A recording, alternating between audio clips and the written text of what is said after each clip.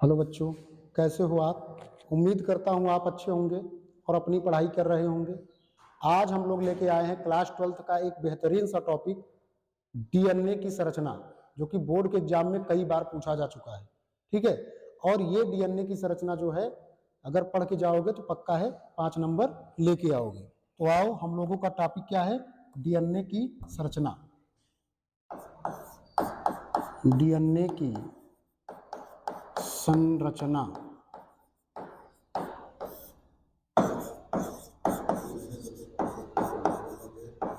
Structure of DNA. ठीक। तो structure of DNA जो होता है, इसमें हम लोग देखेंगे कि आखिरकार डीएनए की संरचना होती कैसे है। ठीक है।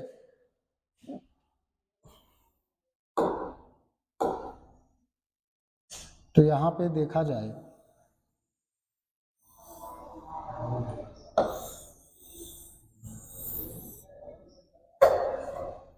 अगर यहाँ पे 3 डैश होता है, डीएनए 2 रस्सी की बनी होती है, तो अगर ये 3 डैश बच्चे हैं तो यहाँ पे क्या हो जाएगा? 5 डैश।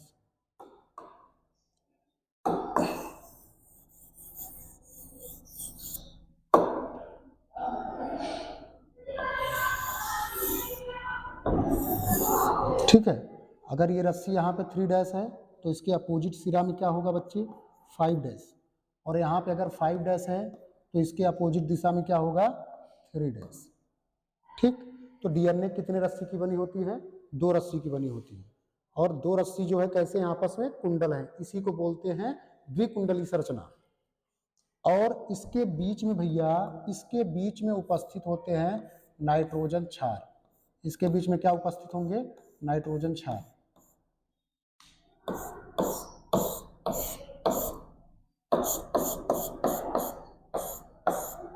ठीक। इसके बीच में उपस्थित होते हैं नाइट्रोजन क्षार। और यहां पर देखा जाए तो डीएनए की बच्चे जो व्यास होती है वो कितना होती है? 20 एंगस्ट्रॉम। डीएनए का व्यास कितना होगा? 20 एंगस्ट्रॉम इसका व्यास होता है। और यहाँ पे यहां से लेकर के यहां तक, यहां से लेकर के यहां तक, यानी इतनी संरचना, इतनी संरचना।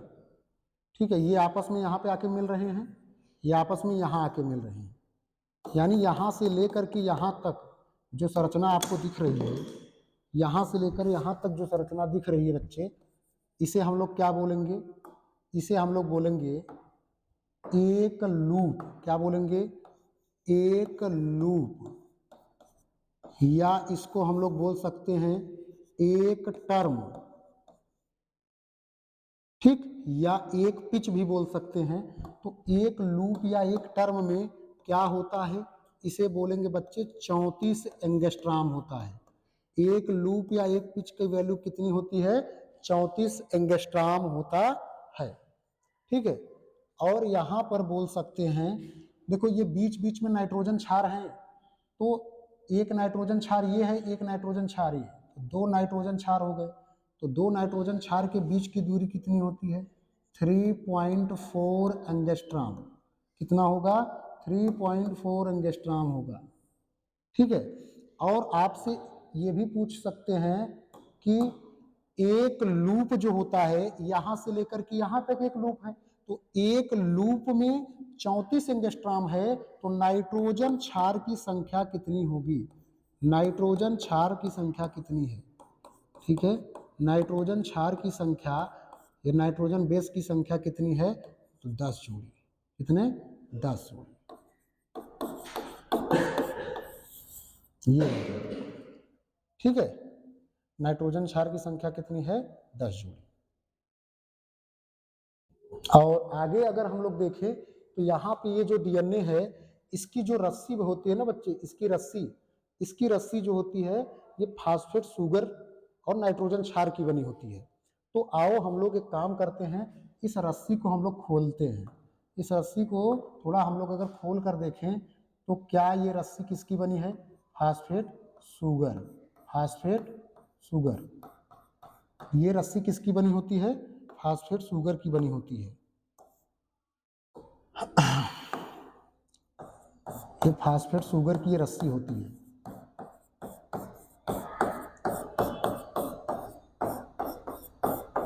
ठीक, अब देखो यहाँ पे बच्चे क्या है, यहाँ पे 3 डैश है तो इस रस्सी के ऊपर यहाँ पे हम लोग 3 डैश बना देते हैं, यहाँ पे 5 डैश बना देते हैं। और एक रस्सी, जब ये डीएनए की जो कुंडलित थी रस्सी, इसको हमने क्या किया, खोल दिया। तो ये रस्सी किसकी बनी है, फास्फेट शुगर की बनी है। तो इस रस्सी को हम लोग खोल दिए तो 3 डैश वाला और 5 डैश वाला ये रस्सी बन के रेडी हो गया। और ये रस्सी किसकी बनी है, फास्फेट शुगर की। और सेम इसी प्रकार से इसके जस्ट अपोजिट वाली जो रस्सी है इसको भी हम लोग खोलते हैं। तो इसके अपोजिट वाली जो रस्सी है इसको भी खोल दे अगर, तो ये किसकी बनी होगी, शुगर फास्फेट की। ठीक है, शुगर फास्फेट की बनी होगी, ये शुगर फास्फेट की बनी होगी।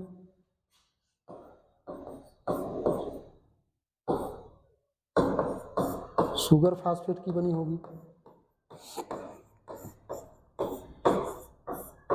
ठीक, अब बच्चे यहाँ पे क्या होगा, यहाँ पे इस रस्सी में देखो 3 डैश था तो यहाँ इसके अपोजिट 5 डैश, इसको हम लोगों ने खोला तो 3 डैश और 5 डैश यहाँ पे लिख दिए। ठीक है, अब यहाँ पे क्या होगा कि ये 5 डैश है तो यहाँ 3 डैश, तो हम लोग दूसरी रस्सी में क्या लिख देंगे, 5 डैश 3 डैश। ठीक, जैसे कि यहाँ पे याद रखे बच्चे, ये बीच में क्या है, नाइट्रोजन क्षार है। क्या है, नाइट्रोजन, नाइट्रोजन क्षार बीच में यहाँ पे उपस्थित होती है, नाइट्रोजन क्षार, नाइट्रोजन क्षार। ठीक, अगर हम लोग देखें नाइट्रोजन क्षार जो होती है तो यहाँ पे एक बात याद रख ले बच्चे, नाइट्रोजन क्षार की जो संख्या होती है वो अगर बात करें डीएनए में, डीएनए में नाइट्रोजन क्षार, डीएनए में क्या, नाइट्रोजन क्षार। तो जो डीएनए का नाइट्रोजन क्षार होता है इसमें अगर हम लोग देखें तो यहाँ पर डीएनए का नाइट्रोजन क्षार जो होता है ए होता है। ए का मतलब एडिनिन, एडिनिन। ठीक है, जी, जी का मतलब ग्वानिन। टी, यहाँ पे टी का मतलब होगा थायमीन, थायमीन। सी, सी का मतलब होगा यहाँ पे साइटोसिन। सी का मतलब यहाँ पे क्या होगा बच्चे, साइटोसिन। ठीक है, साइटोसिन। और एक चीज याद रखो, एक नाइट्रोजन क्षार और होता है जिसका नाम होता है भैया यूरेसिल। क्या नाम होता है, यूरेसिल। बट फर्क इतना है, यहाँ पे फर्क बस इतना है कि ये जो होते हैं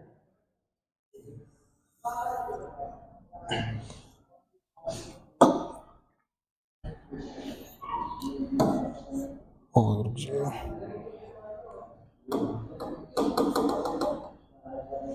यहाँ पे ये जो होता है बच्चे, इसको, ये एडेनिन है,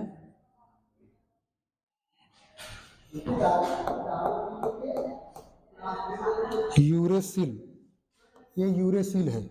और ये जो होता है, ये जो नाइट्रोजन क्षार होते हैं ये किसके लिए होते हैं, डीएनए के लिए। और यूरेसिल जो होता है बच्चे, ये यूरेसिल किस में पाया जाता है, आरएनए में। यूरेसिल किस में प्रेजेंट होगा, आरएनए में। ठीक है, यूरेसिल आरएनए में उपस्थित होता है। बाकी आरएनए में सेम टू सेम नाइट्रोजन क्षार होंगे, लेकिन यूरेसिल जो होता है ये किसके स्थान पे होगा, थाइमिन के स्थान पर क्या आ जाएगा यहाँ पे, यूरेसिल। और अगर एक बात और देखा जाए, एडेनिन जो होता है बच्चे वो हमेशा थाइमिन से जुड़ता है, और ग्वानिन जो होता है वो हमेशा साइटोसिन से जुड़ता है। एडेनिन और थाइमिन के बीच में डबल बॉन्ड होते हैं, ग्वानिन और साइटोसिन के बीच में ट्रिपल बंध होते हैं। और बंध का नाम मेरे बच्चे होगा हाइड्रोजन बंध। बंध का नाम क्या होगा, हाइड्रोजन बंध होगा। ठीक, तो ये बात याद रखो, एडेनिन हमेशा किससे जुड़ेगा, एडेनिन जुड़ेगा थाइमिन से, ग्वानिन जुड़ेगा साइटोसिन से। एडेनिन और थाइमिन के बीच में कितने बंध, डबल बंध। और ग्वानिन और साइटोसिन के बीच में कितने, ट्रिपल बंध। तो ये बंध का नाम अगर पूछेगा तो क्या बताओगे? हाइड्रोजन बंध। तो बच्चे यहाँ पे हम लोग एक काम कर सकते हैं, यहाँ पे हम लोग ले सकते हैं कि यहाँ पे मान के चलिए एडेनिन नाइट्रोजन क्षार ले लो। क्या ले लो? एडेनिन। तो एडेनिन नाइट्रोजन क्षार ले लिए, तो एडेनिन के साथ कौन जुड़ेगा? थाइमिन। तो क्या हम यहाँ पे बच्चे थाइमिन जोड़ सकते हैं? यहाँ पे अगर ले ले दूसरे नंबर पर ग्वानिन, तो ग्वानिन किसके साथ जुड़ेगा बच्चे? साइटोसिन के साथ जुड़ेगा। फिर हम लोग ले ले साइटोसिन, तो साइटोसिन के साथ कौन जुड़ेगा? ग्वानिन। यहाँ पे ग्वानिन कर देते हैं। फिर यहाँ पे हम लोग ले लेते हैं थाइमिन, तो थाइमिन किसके साथ जुड़ेगा? एडेनिन के साथ जुड़ेगा। ठीक है। फिर यहाँ पे हम लोग बच्चे ले लेते हैं, फिर हम लोग यहाँ पे क्या ले लेंगे? ये थोड़ा यहाँ पे ऊपर नीचे हो गया, इसको हम थोड़ा हटा दें।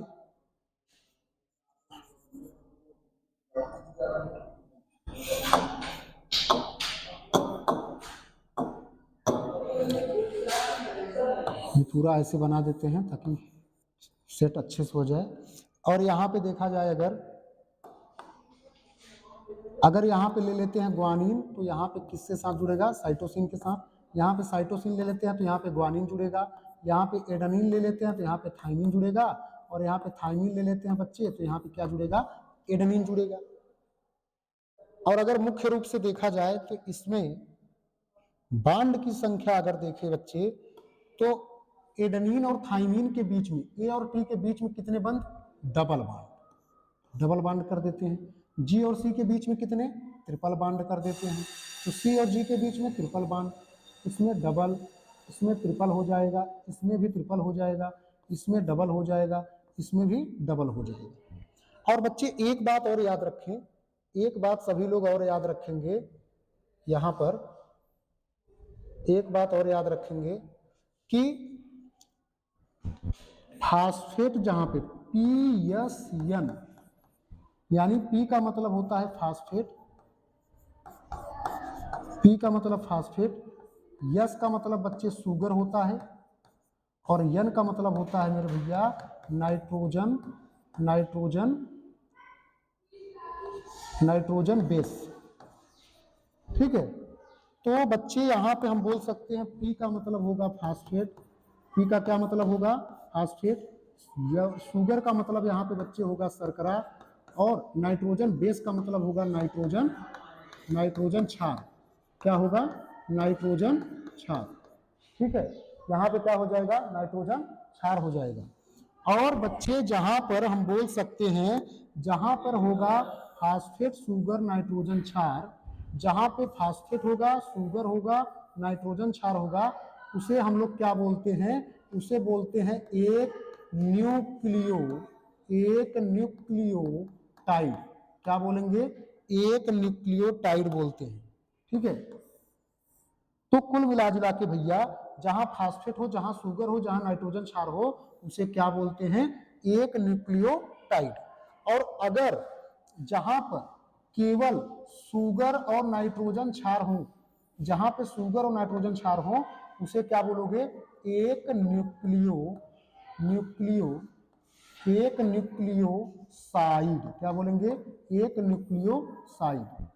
तो जहां फास्फेट शुगर नाइट्रोजन क्षार होते हैं, उसे हम लोग बोलते हैं एक न्यूक्लियोटाइड। क्या बोलेंगे? एक न्यूक्लियोटाइड बोलते हैं। ठीक है। एक न्यूक्लियोटाइड बोलते हैं। और जहां पे शुगर और नाइट्रोजन क्षार होते हैं, उसे एक न्यूक्लियोसाइड बोलते हैं। ये बात आपको पता होना चाहिए। तो अगर हम लोग देखें बच्चे, यहां पर देखा जाए, ये जो फास्फेट है, शुगर है, और ये क्या है? नाइट्रोजन क्षार। देखो फास्फेट शुगर, और ये क्या है? ये एडेनिन है, यानी क्या है? ए नाइट्रोजन क्षार। तो फास्फेट शुगर नाइट्रोजन क्षार एक न्यूक्लियोटाइड, फास्फेट शुगर नाइट्रोजन क्षार दो न्यूक्लियोटाइड, फास्फेट शुगर नाइट्रोजन क्षार तीन। देखो यहाँ पे न्यूक्लियोटाइड की संख्या बढ़ती चली जा रही है ना बच्चे, तो ये न्यूक्लियोटाइड की संख्या बढ़ती चली जा रही है। ठीक है। ये न्यूक्लियोटाइड की संख्या बढ़ती चली जा रही है।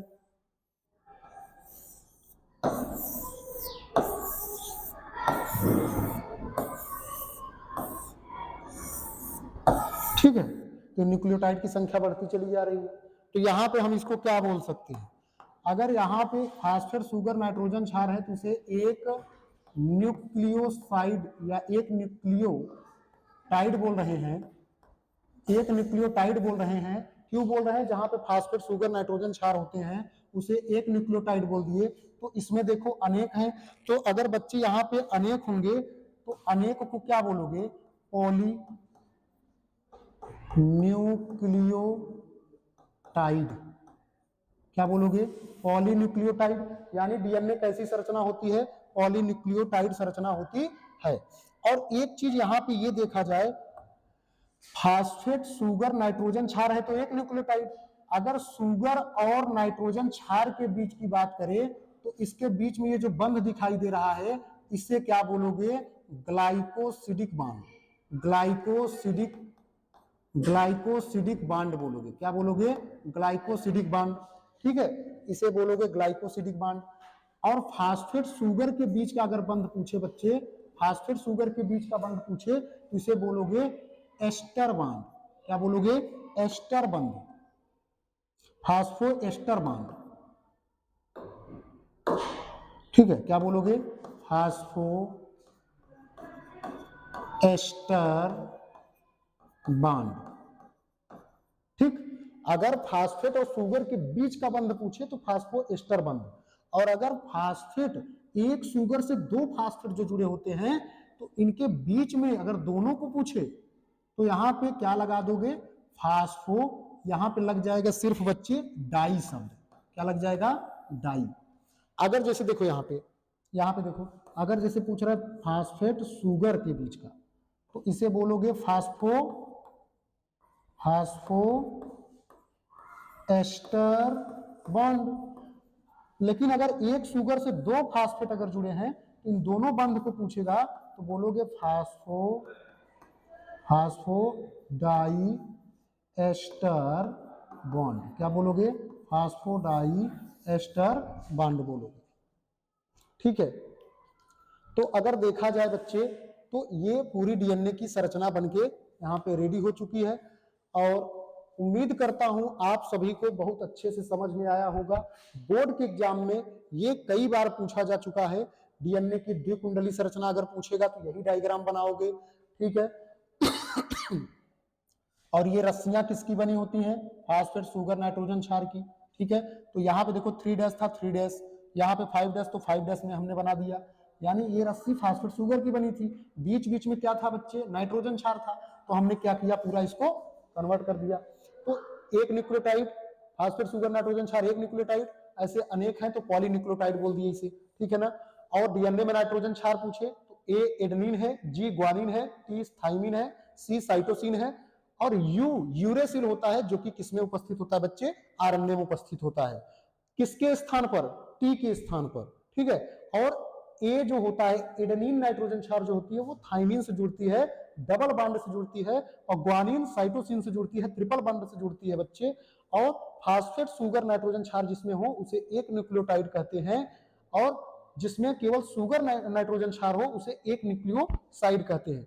तो उम्मीद करता हूं आपको बहुत अच्छे से समझ में आया होगा, पढ़ के जाना, पक्का है आएगा, और 5 नंबर देके जाएगा बच्चे, बोर्ड के एग्जाम में कई बार से पूछा जा चुका है। तो ठीक है, मेहनत करो, पढ़ाई करो, और हमारे चैनल को लाइक करो, सब्सक्राइब करो और शेयर करो। आज के लिए बस इतना, ओके, थैंक्स।